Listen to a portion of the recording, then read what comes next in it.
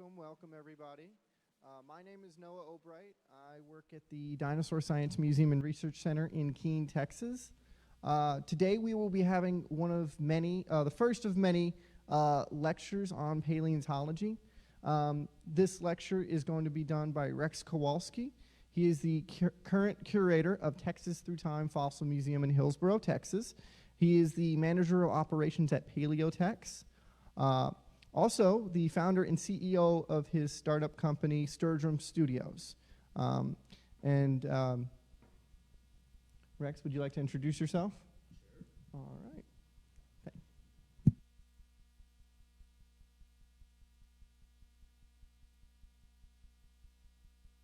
The Tyrant Lineage. Oh, now you can hear me. It's going to be on the Tyrant Lineage. Tyrannosaurs or especially Tyrannosaurus Rex, is what's called a model organism. So we know an awful lot about this animal just because we've done a lot of studies on them. It's been one of my favorites, hence the name Rex. But they are very unique species. And without further ado, we can go ahead and get into this. So the Tyrant Lineage. Now, this is the discovery of a tyrant. So we have Henry Feldfield Osborn. Now, this guy right here, he was he was a geologist, also a paleontologist, and he was also not a very good guy. He was part of the Eugenics Society. So he would actually send out people to the far reaches of Asia just to prove that we did not come from Africa. So he was not a very nice guy at all, but he was the president of the American Museum of Natural History for about 25 years. Now this guy right here, he ended up hiring a guy named Barnum Brown. Now Barnum Brown, he was named after P.T. Barnum, which was the circus act, and they also called him Mr. Bones. Now this guy found some documented remains of Tyrannosaurus Rex. He actually found two different partial skeletons. And not only that, but this guy was actually both in World War I and World War II as a spy. So probably all around the world, he has some kin somewhere. I'm just joking on that one. So then there's some published findings. So Osborn, what he really did was the second skeleton that Barnum had actually found was named Tyrannosaurus Rex. The second one, we have Tyrannosaurus imperiosus. So after Osborn later on realized that, which was about 1906, he actually realized that the Tyrannosaurus imperiosus was actually the same skeleton as Tyrannosaurus Rex. Because Tyrannosaurus Rex was named first, it had to be coined as Tyrannosaurus Rex. Also, in the publication in 1905 for Tyrannosaurus Rex, a couple pages later on, he also named Albertosaurus. Now, it's just in a little footnote, but if Albertosaurus, is a fun fact, was named a couple pages before Tyrannosaurus Rex, then we would actually be calling this entire lineage the Albertosaur lineage and not the Tyrannosaur lineage. So then we get to the Tyrannosaur family tree. Now, we have over 30 species and counting of tyrannosaurs. We find new studies all the time.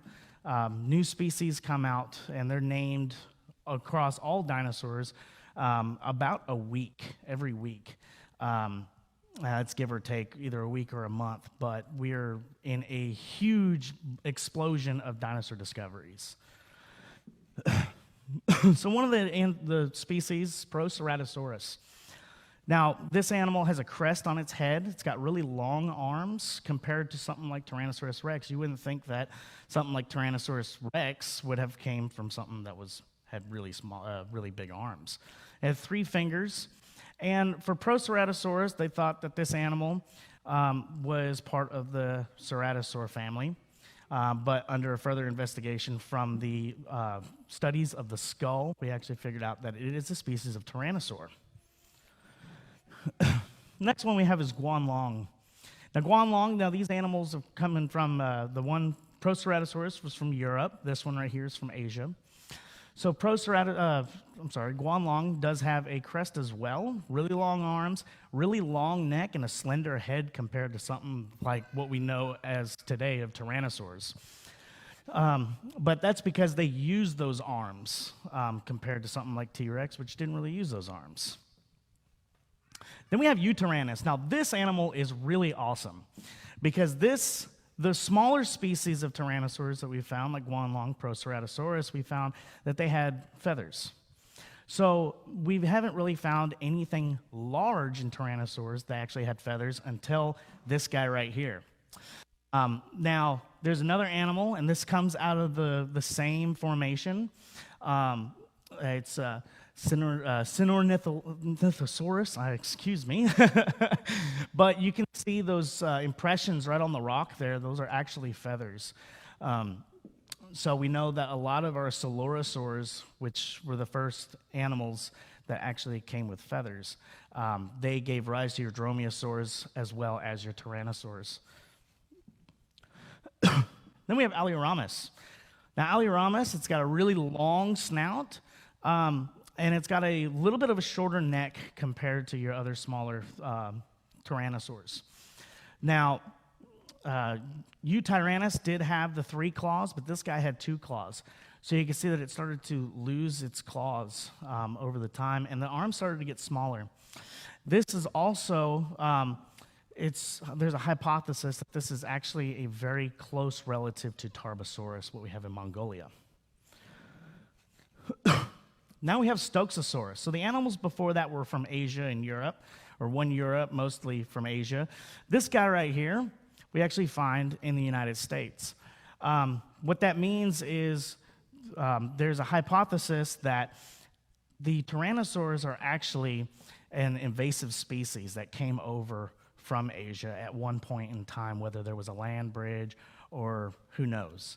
But we don't find anything besides this further down the line. But this guy right here, he was small, and he actually hunted under the shadows of allosaurs, so our large allosaur animals.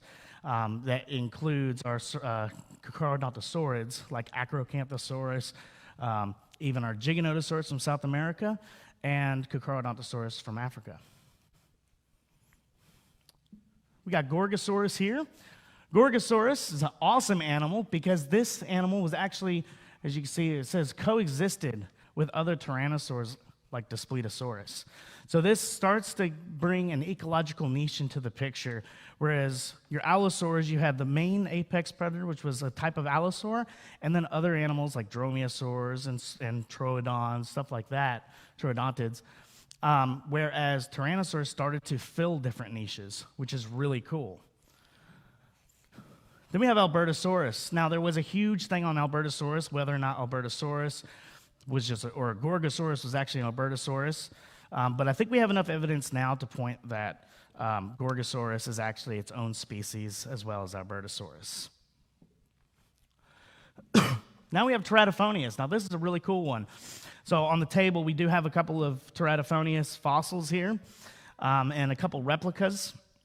Teratophonius you can find in Utah. You can also find some partial material in New Mexico and even in West Texas. Most of this stuff is actually dug up from West Texas. So this is a really cool, smaller, more agile Tyrannosaur compared to your Tyrannosaurus Rex, the big tank. Then we got Daspletosaurus. Now, Daspletosaurus is a large Tyrannosaur, close to like a Tyrannosaurus Rex, but there are certain things that indicate that this animal right here would have been around the same time as Tyrannosaurus Rex. So Tyrannosaurus Rex came a little bit later.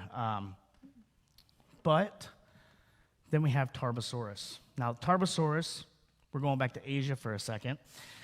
This animal was found over in Mongolia, and I have a jaw sitting right here on the table from a Tarbosaurus. The guy that actually found the jaw, this is the replica of it. So it's really cool that he was able to go out and they actually gave him a replica for it.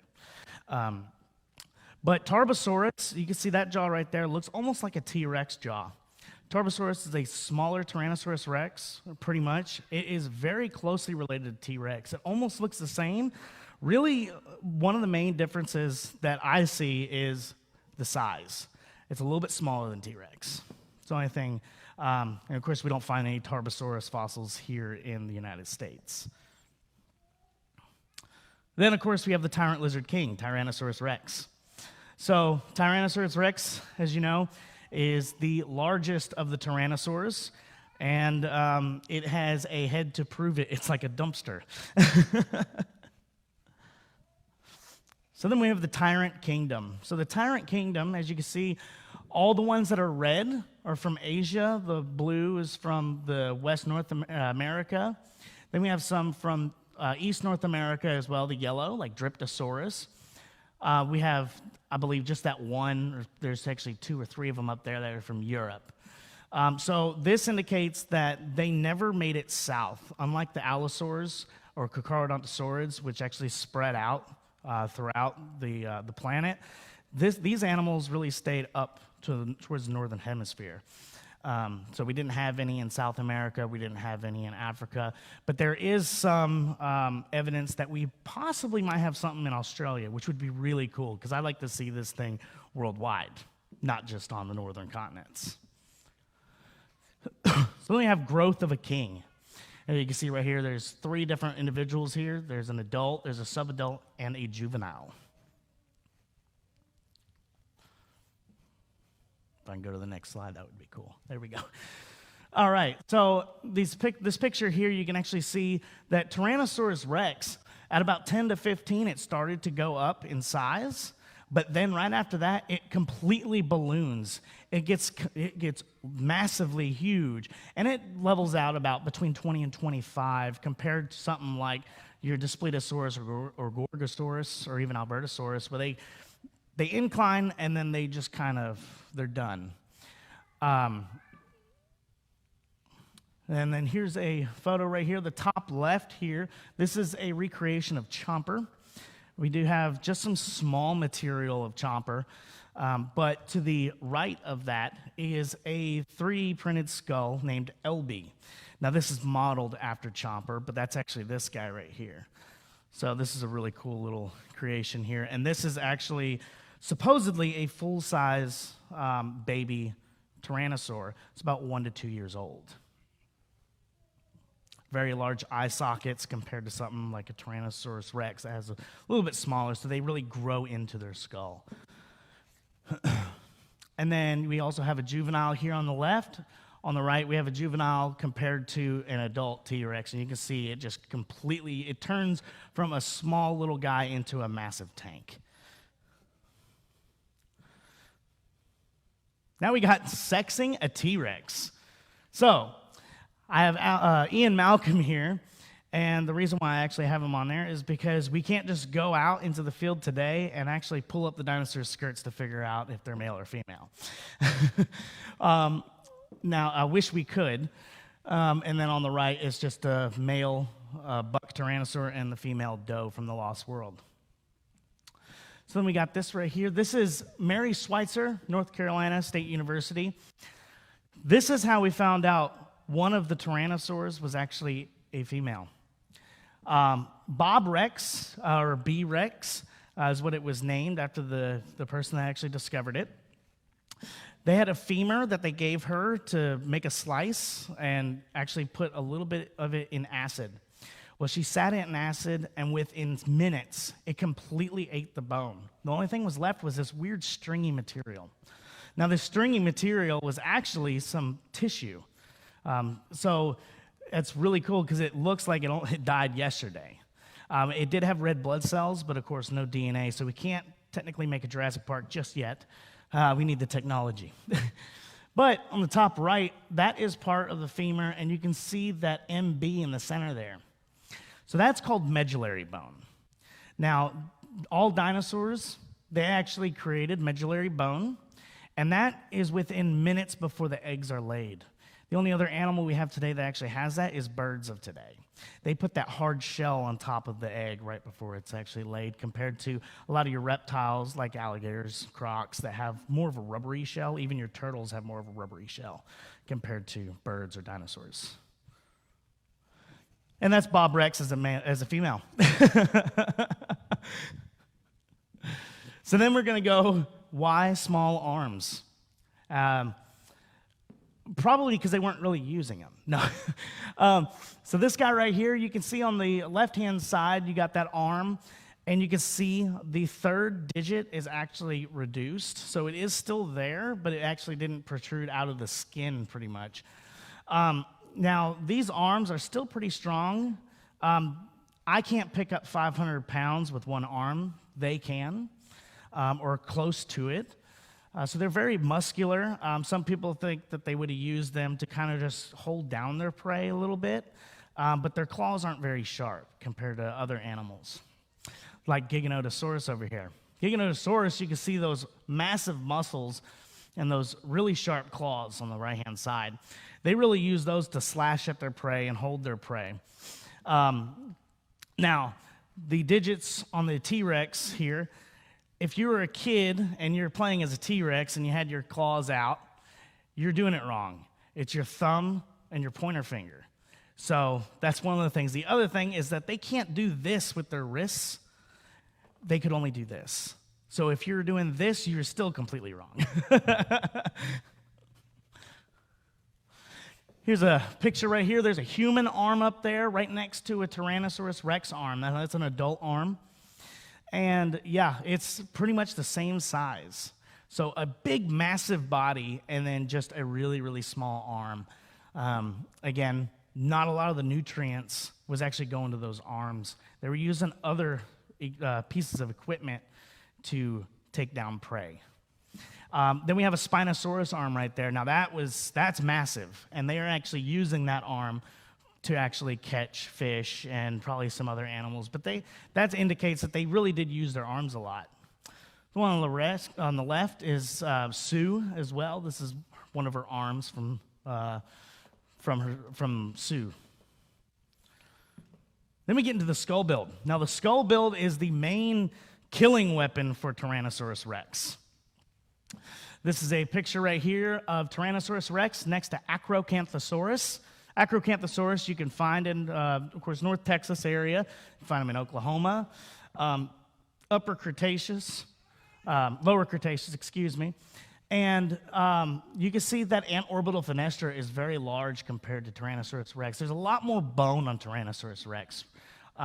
So that guy on the right was more of a flesh grazer. A lot of people usually call them sauropod butchers. Whereas this guy, he ate the trash and everything. Here's another photo right here. You have Giganotosaurus on the right here, along with Tyrannosaurus Rex. Now, those are actually the same sizes. So Giganotosaurus did have a big head, but it wasn't used like Tyrannosaurus Rex.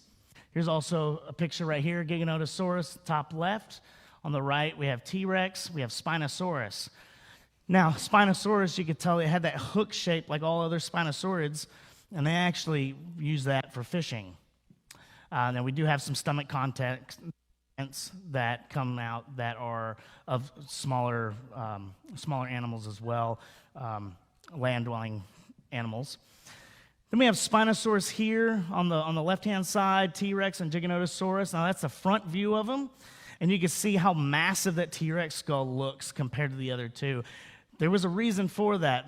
Most of its killing power was in its mouth. Now here's some skulls of Tyrannosaurs. Proceratosaurus up there, Guanlong. We have Teratophonius. We have Albertosaurus, and then two different T-Rex skulls right there. That's the top view and then the front view. Now these animals, these skulls, this is what really makes Tyrannosaurs Tyrannosaurs. So we go to the next slide here. This right here is an Allosaurus skull. And you can see there's a split down the center of the skull. All theropod species have a split down the center of the skull, except for one species. This is from the Coelurosaur family, the Tyrannosaurs. They have what's called a fused nasal bone. Now, that fused nasal bone was actually able to withstand the pressure of about 8,000 pounds of bite force for a Tyrannosaurus Rex. Its mouth could literally crush a small car. And you can see this is a depiction of what a Tyrannosaurus Rex would have looked like with the muscles. All that nutrients, we didn't need arms. All the nutrients went to the head. And you can see it actually shattered bone right there, too. So this right here, this is the lawyer on the toilet from Jurassic Park. So you're wondering if a Tyrannosaurus Rex could fit a lawyer in its mouth? It definitely can. We do the measurement, and it can do it in one bite and swallow you whole. So we have eyesight here. Yeah, it's a goofy picture right there. But we have the top left, we have the scene from Jurassic Park with Alan Grant there. And that whole thing was, it can't see you if you don't move. Unfortunately, that's incorrect. In the book, they described the reason why it could not see you is because of the amphibian DNA. Some frogs, it can't see if you don't move. I wish they would have explained that in the movie, but unfortunately they didn't. So you can actually see the binocular vision. This thing could see clearly for miles, way better than our eagles and hawks of today. And the eyes are the size of softballs. So if you hold a softball in your hand, you're like, man, that is a T-Rex eye right there. That's crazy. Then we have sense of smell. So the sense of smell, those right there, those are olfactory bulbs. They're huge. They are the largest that have been on Earth, like on our land mass. They are huge. They can smell clearly around 3 miles. It could actually, because the nasal was 10 inches apart, it could actually smell in stereo. So it can actually pick up which direction the scent is coming from and track it down that way. It can actually figure out what animal it is, too, whether it's dead or whether it's just sick and it's going to the bathroom a lot. But it could actually come into this auditorium here and be able to pick everybody's individual scent. It's like duct taping 100 bloodhounds all together. Now we get into locomotion. So I love the locomotion. We got the foot here. So this is a Tyrannosaurus Rex foot, and this is actually a Teratophonius metatarsal right here. So they walk on the toes of their feet. We walk fully flat, so we walk on top of our metatarsals. So on the right here, Allosaurus, that is not as blocky as Tyrannosaurus Rex. And the reason for that, it's called arctometatarsalum. That's where the outer metatarsals literally crush the inner metatarsal. It's not disappearing, it's not dissolving into it, it's literally crushing it and pushing it toward the back. This is the inner metatarsal to a Teratophonius, and it's doing the exact same thing. So what that does is, if you have loose bones, that causes a lot of friction, and it tires the animal out faster. It loses the energy compared to something that's built as a block, so it can use that energy to be able to lift off the ground faster. So this thing right here would have been about the same speed as about an Olympic sprinter, with 15 feet per stride, almost. And this animal would have been holding its speed for a pretty long period of time. So you are not going to outrun this predator. You can't hide from it because it can smell you, and it can definitely see you if you stay still. Not a good idea. There's also a shot right here of the T-Rex chasing the Jeep from Jurassic Park. Now, I know it's not moving right now, but that's okay. So the T-Rex chasing the Jeep, that would not have really happened.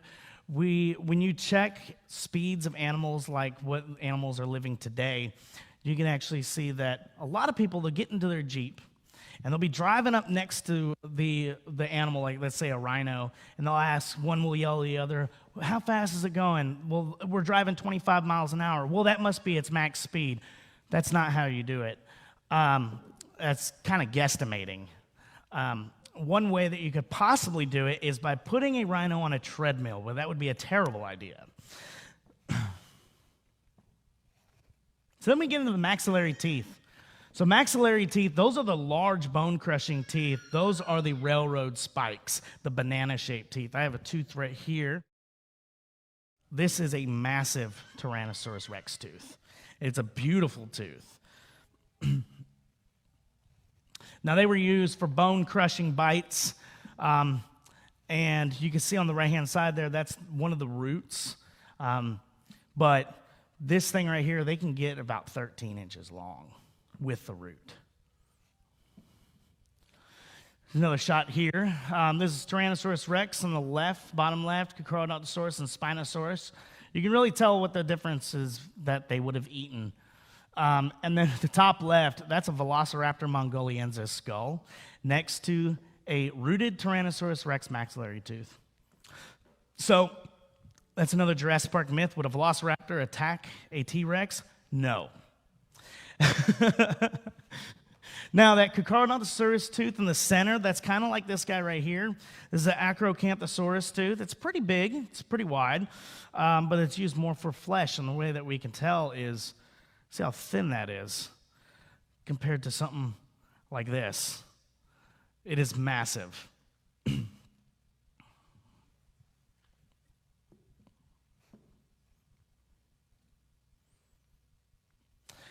Now we get into the premax teeth. Premax teeth are awesome. I love premax teeth. So tyrannosaurs have more of like a shovel face rather than an arrow-pointed face, kind of like your allosaurs or even your dromaeosaurs. They have what we call incisors. Now, some people don't call them incisors because only mammals have incisors, but there's a few of us that call them incisors just because they're completely different than any other theropod. They have like a shovel-like bite to them. And you can see right up there on the top that how weird they look right there. And then you got Allosaurus there with the Tyrannosaurus Rex. Now, this is a premax tooth here.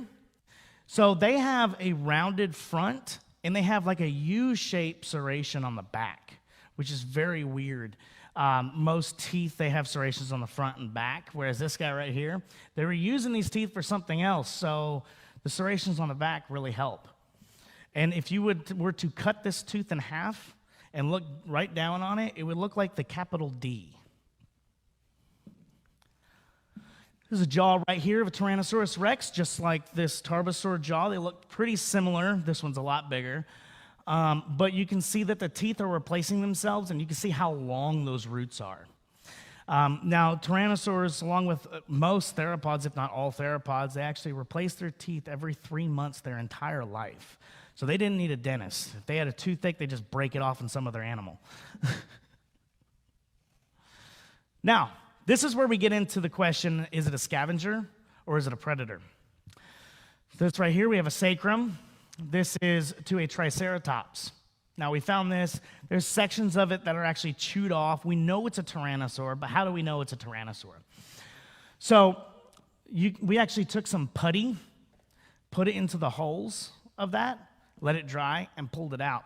That rubber putty is the exact same shape as a Tyrannosaurus Rex tooth. So they can actually leave their impressions in the bone themselves. That's how powerful these teeth are. And there's a rooted tooth right there, just to give you kind of an example of one of the teeth that would have done that.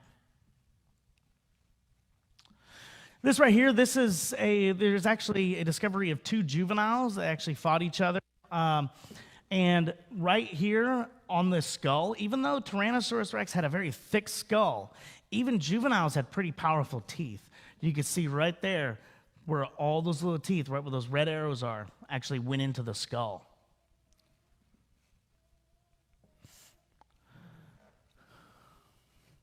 Now, this we also found there's a premax tooth. That's a beautiful premax tooth. This is a humerus from a hadrosaur from Mongolia. Now we do have the entire skeleton in Mongolia, and it's pretty well preserved actually. The only weird thing is that it's missing the arm. It's got the humerus, but that's it. So what happened was we actually discovered that this animal died and actually washed down a riverbank and was covered up. The only thing that was sticking out was an arm. Now, this is evidence of scavenging, 100%. A Tarbosaurus actually was walking along and actually saw the arm sticking out. Of course, it's hungry. It's massive. And it went after the arm. Now, you can actually see all those little bite marks there, which is really, really cool on it. And what they were doing, we've had other bones actually discovered from Tyrannosaurus Rex, or that were fed on by Tyrannosaurus Rex, like ceratopsian bones and even some hadrosaur bones here, where they have scrape marks just on one side. And it's really weird because they can't move their jaw side to side, so they're not biting and kind of like tearing that way. What they were doing was they were using these premax teeth, and they're going after areas on the bones that have a lot of tissue and a lot of muscle attachment, and they were just scraping all that tissue off, just like what we do with Oreos. We take the top off, and we scrape the cream away with our teeth right in the front here. So they're very particular feeders. Now we have evidence of predation. So this right here, this is a caudal vertebrae or tail vertebrae to a hadrosaur. Now there was a lot of buildup right on the side of it, and we actually noticed there were two vertebrae fused together. Now why is that?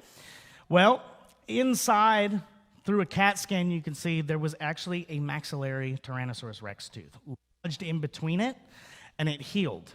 So this meant that it actually got away from a predatory event. It healed, it got older, and then it died later. So this is great evidence that they were also predators. But I wouldn't pass up a free meal.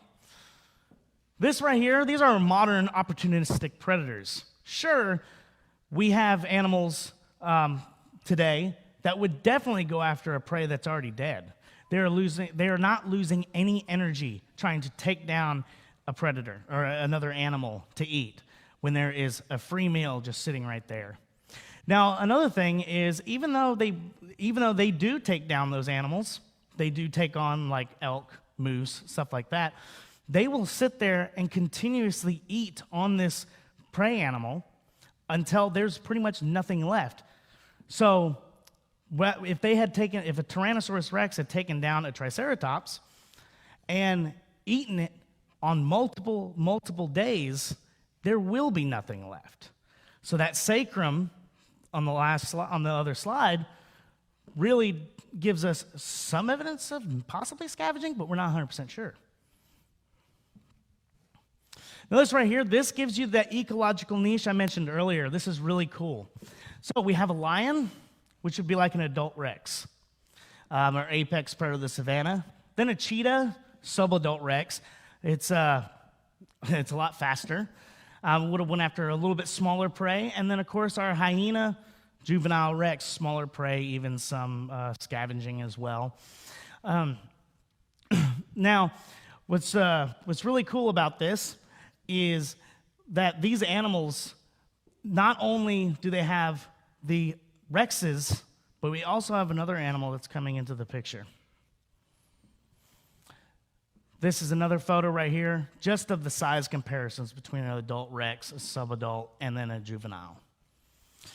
And this is one as well. That Rex right there took down a Triceratops, a larger prey animal, whereas this guy is coming after the small guy. Now, we know 100% that you look at National Geographic and you see animals in the wild like lions, cheetahs, hyenas, stuff like that, even wolves. They don't go after fully healthy animals. They go after the young, the sick, and the old. So, unfortunately for Discovery Channel, there's always an adult T-Rex versus an adult Triceratops that's fully healthy. That's a bad idea because any kind of blow to a Tyrannosaurus Rex can be fatal, 100% fatal. It has to hunt to survive. If it has a broken leg, it might not make it. That's with all predators nowadays too. So then we get into social behaviors. Ooh, this is a very hard one. It's really hard to figure out social behaviors in fossils. But we have this right here. So this is the Dry Island Buffalo Jump Province Park. Now, we did find 26 Albertosaurus specimens from there, between 2 to 23 years of age. Now, the possible reasons for that, it could have been a drought. It could have been there's a massive food source there. Or they were actually hunting in packs. They're pack hunting. Again, we are not 100% sure. I wish we could find a way to figure that out. We do know that CAT scan analysis on a Tyrannosaurus Rex skull shows that the brain capacity was actually able to think critical and be able to communicate very well with other Tyrannosaur species. So that's one good thing about that. But as for bones, we just have no idea if they had social behaviors. This is another one right here, rainbows and unicorns. Now, this is a modern one. This is a new one. I say modern. This was described in 2021. So this bone bed here was about 4 to 5 teratophonius individuals, about 4 to 22 years of age. Again, this is another possible cause, is drought, food, or they're actually working in packs. This skeleton right here is the skeleton that was actually featured in the mansion in Jurassic World Fallen Kingdom, and we do have it at the Museum of Texas Through Time. We will be closing that part of the museum down at the end of this month, so if you haven't gone, we would love for you to come and check it out. It's awesome. Also, you can see the ilium, which is part of the pelvis on that teratophonius. I have an ilium here on the table that was found in West Texas. This ilium here was to a teratophonius, but this guy right here, I picked it up and I put it up right up against that guy. This guy is bigger than that one. So that one is possibly a subadult, whereas this one right here is more than likely a large adult. Now, this is the other species I was trying to mention earlier, Nanotyrannus. I'm going to make sure that nobody is trying to shoot me here. This is a huge debate whether it is a valid species or not. So there's actually a replica skull right here on the table as well. And this is the dwarf tyrant. Now, there is 5 specimens found. The second specimen is actually here in Keene at the Dinosaur Museum here, which is awesome. And there we go. Now, this is what Nano has that Rex does not have. So, one of the things, you can see the arm difference.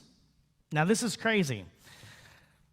I have never seen an animal that has actually lost its arms as it grew, got older. I have no idea what animal in the animal kingdom would have done that. The other thing is that the claws are a lot sharper. So it has very thick arms with massive fingers. It's got claw-like or eagle-like claw digit on the thumb.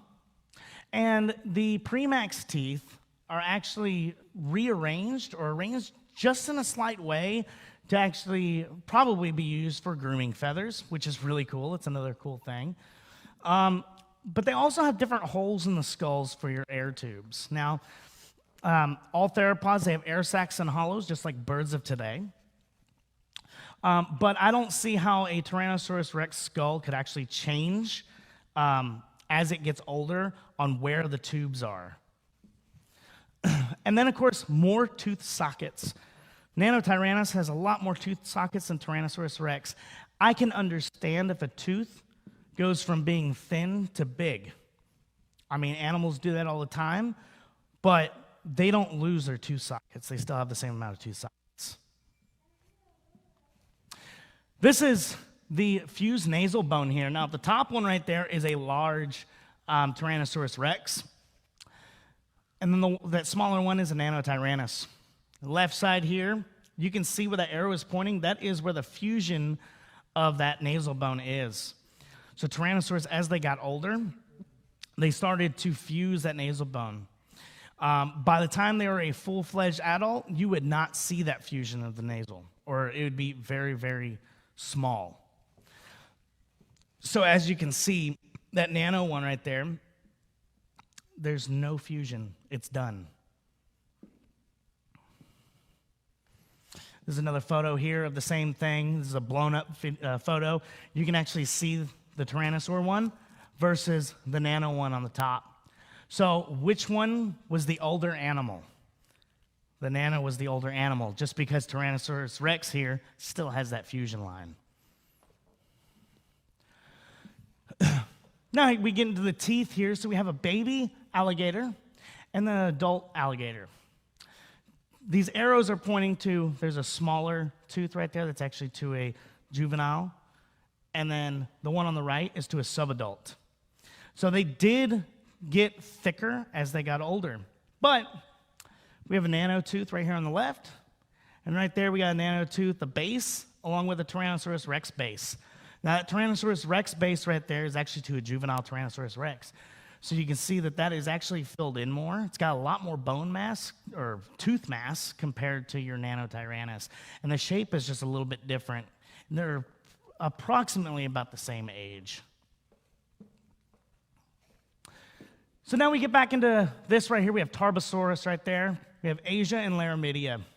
So when a species closely related to Tarbosaurus actually came over, that was where Tyrannosaurus Rex really came from.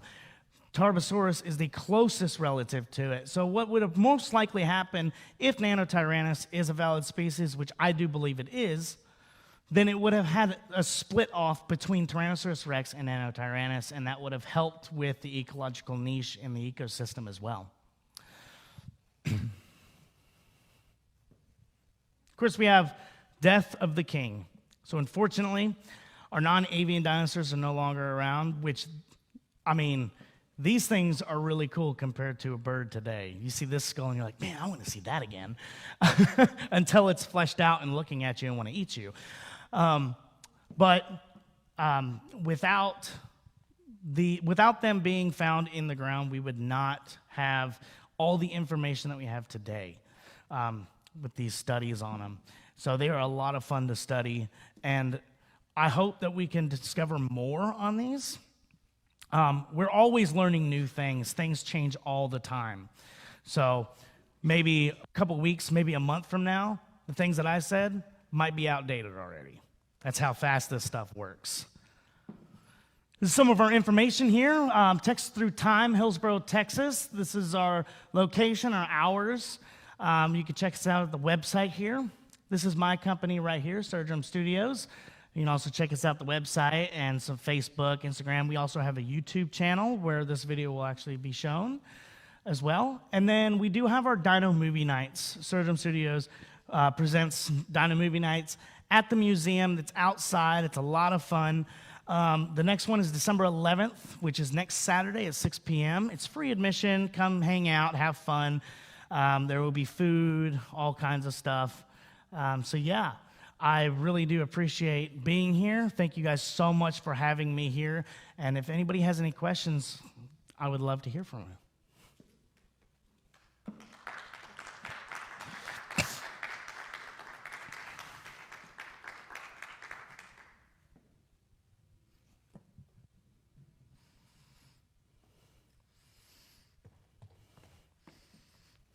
And is there any questions online or anything, maybe? Are we able to see questions on the live stream? I don't know. Hey, are we able to see questions? He's got a question. You want to bring the microphone to him? Is it Dr. Schreiber? Yeah.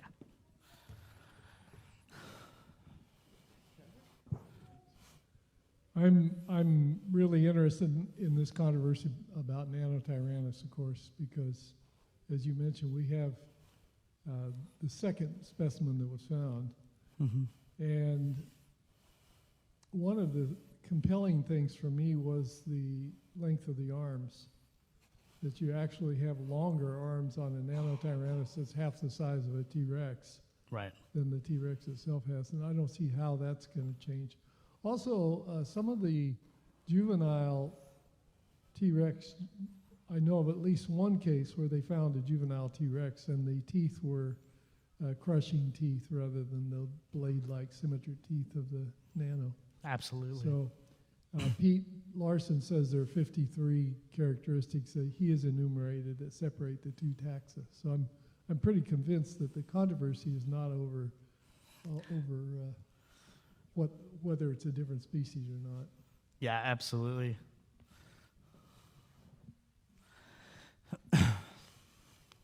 Anybody else?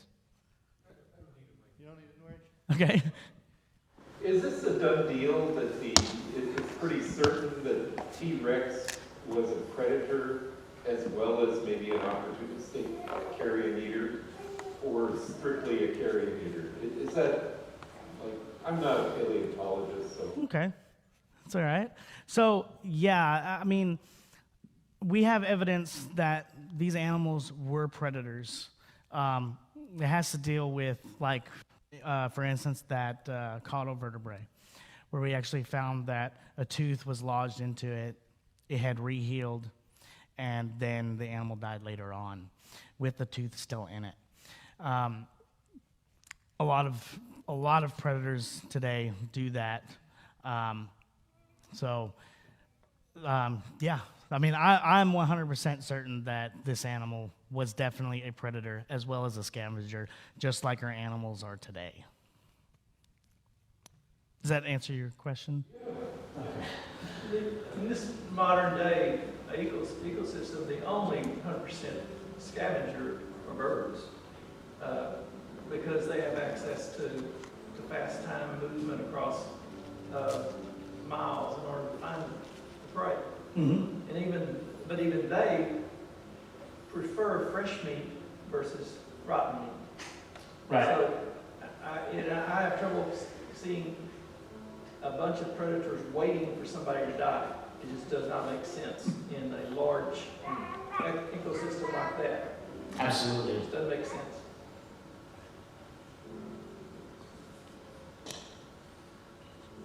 Yeah.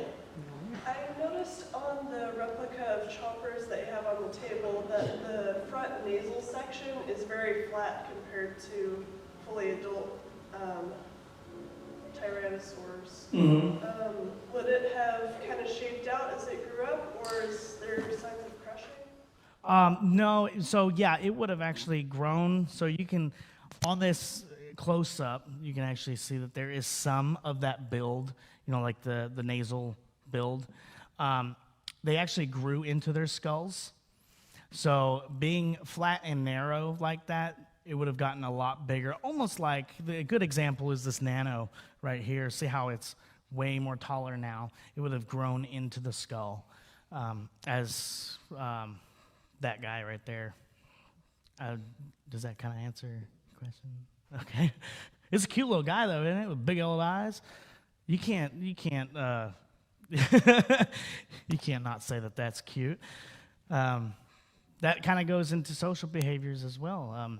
Tyrannosaurs, I believe 100% that they took care of their young, compared to like sauropods, which laid a bunch of eggs, and we have evidence of that, and then just left them to try to live on their own, kind of like turtles.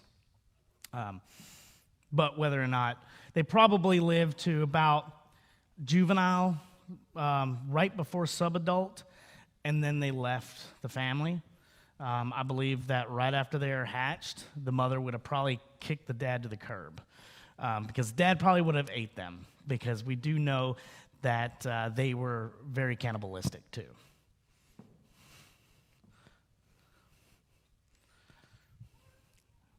No other questions? Okay. Do you have a question? No, I do not have a question. Thank you so much, Rex. Yeah. Yes. Absolutely. Like I said, this is not the only lecture we will be doing. We'll be doing a lecture next month on Texas fossils. We should be doing a lecture it's December now, so we'll be doing a lecture in February on Texas dinosaurs. I'm trying to get a lecture done on aquatic reptiles. Keep up to date with us. These dates aren't set just yet, but they will be. Rex, we want him to come back, seeing about doing a lecture on dromaeosaurs as well. So thank you so much, Rex. He has a table set up in the back, so if y'all want to stop by, any donations or support to Sturrdrum Studios helps him keep coming out and doing events like this, helps us keep movie night and outreach to people on dinosaurs and paleontology. All right. Anything else to add? Thank you. Well, thank you guys so much, and thank y'all for tuning in on the live stream. Let us know, send us any questions, and we can get back to you.